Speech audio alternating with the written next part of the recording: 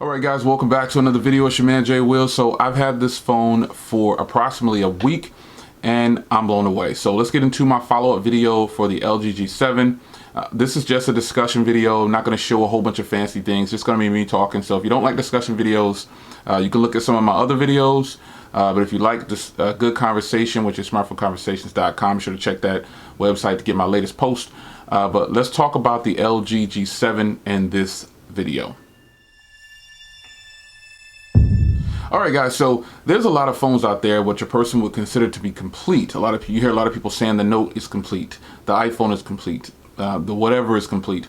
They're not wrong because beauty is in the eye of the beholder and a complete cell phone is in the eye of the beholder. But my position on YouTube, I try to keep it a level playing field and an unbiased playing field.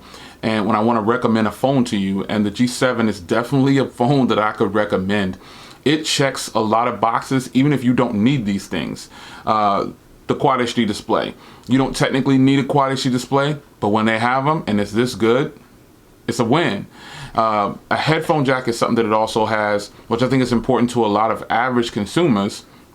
And cameras are important for social media. And I think a lot of people, when they buy a cell phone, they look at just a few things. They look at the screen, because that's what they're going to see. They're doing this all the time.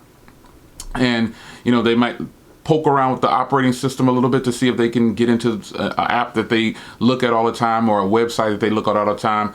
So that's important. And when you look at the screen on the G7, you're looking at a beautiful, beautiful display.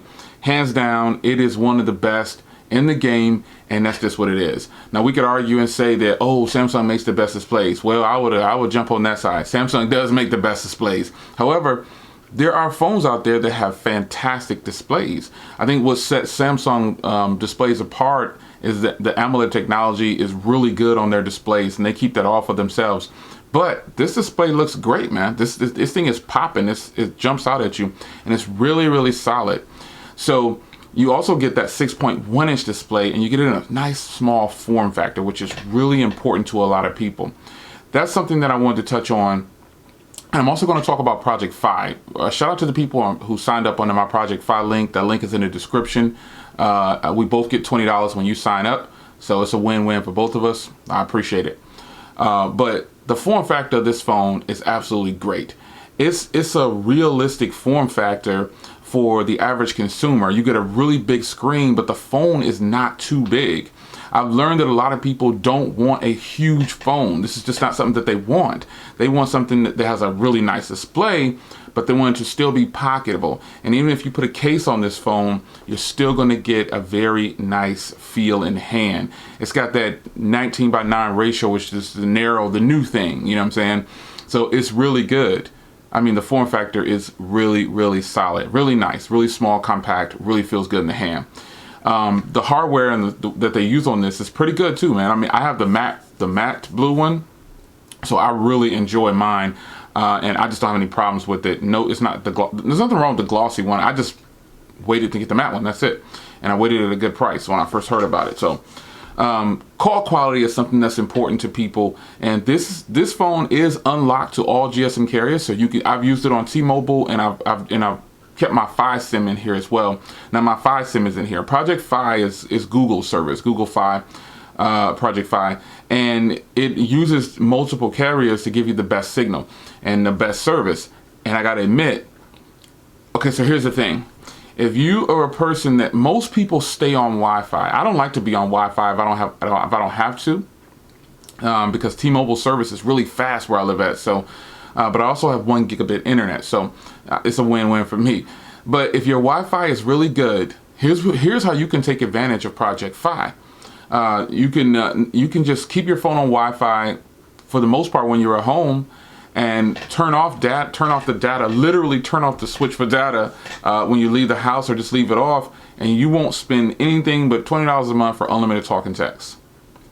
Or if you do like data, you leave the data turned on if you're not good with Wi-Fi. And the great part about Project Fi is that you only charge for the data that you use. So if you use a half a gig, that's a half a gig that they charge you for. My bill is normally $20 a month plus tax. It comes to $24.07 every month for this phone. And it's my line that I use for important calls, and that's well spent. I do have a T-Mobile. I have 2 T-Mobile lines, but they're on a family plan. And I very well could just add another line to my family plan since I need that other line, and pop the SIM card in this phone and use it. But Project Fi gives really good service because it integrates T-Mobile and Sprint. And I don't know if there's any other carriers that they're latching onto at the moment, but I'm pretty sure for sure it's still just T-Mobile and Sprint. But correct me in the comments. But call quality and service is important. And if you're traveling, I've learned that the Sprint service really is a bonus when you're in an area where T-Mobile's falling out, because Sprint is on the CDMA side. So it's going to definitely pick up all that digital signal for you. So I really recommend Project Fi. I've done a review on Project Fi about 2 or 3 years ago, and to this day it's still really good. The best part about Project Fi is you don't ever have to talk to anybody. You can start service, activate service all from the phone, and you can cancel service from the phone. So I talked about getting this phone for $450, and I got it through Project Fi. I went on there, ordered the phone, powered it up. I already had Project Fi, but if you don't have Project Fi, it'll take you through an activation screen. It takes like 2 seconds, and then your phone is turned on and you can start using it. But if I ever want to cancel Project Fi, I just go into the application, boom, hit cancel, and you can even pause your service if you want to. Let's just say you're going to be out of town for a month or 2 weeks. I won't say a month, 4 days, and you can't take cell phones, or you lose your cell phone. That's a better one. If you lose your cell phone, you can go into Project Fi and pause it from the web or something like that. And you can also pause and cancel service right from the phone. That's the great part about it, man. Anyway, Project Fi, the service has been fantastic for me. And I've also tested this phone with T-Mobile, and it's fantastic. No problems. So this phone has a speaker setup that is like you lay on the table design, but it's also a very loud speaker even without landing on the table. I found myself plugging in a lot though, because this phone has a quad DAC, and I have some very high powered headphones, and so that 3.5mm headphone jack really comes in hand. And I think that's important to a lot of people. Now customers, a lot of people don't buy Bluetooth headphones because they're expensive for the ones that you might think have the great quality, but some of the other ones that don't cost a lot, some of the hardware is what makes those bad because they break really easy, but the quality is still good depending on which kind you buy. But having that 3.5mm headphone jack is fantastic. Now the phone has fast charging with Type-C, and I really enjoy that, man. I think I just could go on and on about how fast it charges, but it doesn't matter that the phone charges fast, because for me, the battery life is boss on here. I'm getting the same battery life that I got on my Galaxy Note 9, but the difference is this phone can make it through a 24-hour cycle. Meaning not a work day, an actual 24 hours, and I don't have to charge in that 24-hour time frame. That is something that another way that I measure my battery life, not just on screen on time. So on the screen on time though, I am getting between 5.5 and 6.5 hours of screen on time, and I know that if I were to just sit and look at videos all day, I would get much more than that, but the phone would die within a 24-hour time frame. So that's what I try to avoid. I use my phone regularly, and I use it between 5.5 to 6.5 hours in a 24-hour time frame. And I think most people might do that on average, maybe 3 to 6 hours is what they'll fall in. But I don't think you'll have a problem with battery life on here. Now, I will say that battery life is dependent on the user. So I'm not telling you that you're going to get 5.5 to 6.5 hours of screen on time. I'm telling you that's what I get. You could get 8 hours of screen on time, or you can get 3 hours of screen on time. The battery life, drop test, the battery life depends on you as the user. So keep that in mind. Again, I hate to stress this, but when you hear people saying that this is what you're going to get, no, this is what you could possibly get for your battery life, because it all depends on what you have on that phone and how you're using it. Yeah? So aside from those things, man, this phone has an IP68 rating. Things like that aren't, I don't get my phones wet very often, but the cameras on here are just stupendous. Yes, I said it, stupendous. The cameras are ridiculous, man. I mean, it's just crazy how nice these cameras are. These are, and I know I probably said it before already, I think I did, but these are probably the best phone cameras I have in my catalog.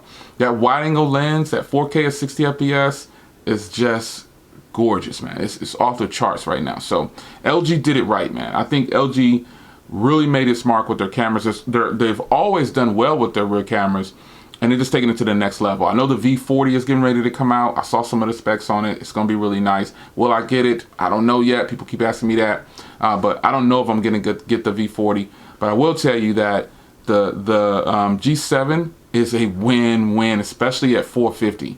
It's a crazy deal. So I wouldn't pass on it if I were you. If you were looking for a nice phone with a beautiful display, a great battery, in my experience, cameras, top of the line, boom sound speakers. You can put this phone on a box, a hollow surface, and it turns the whole surface into the speaker. Anyway, it's your man Jay, smartphoneconversations.com. Make sure you hit that up. I just want to give you a discussion video on the G7, let you know it is absolutely boss, man. This is highly recommended by your man Jay.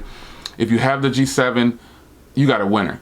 This is a well-rounded, complete phone for most average consumers. A person could get this and they would think they'll just be blown away by the cameras for one, but the experience and the feel in hand, just everything about it is just going to be so good for them. They're going to think that they paid $1,000 for this. Shots fired. It's your man Jay. I'll see you guys in the next video. Take care.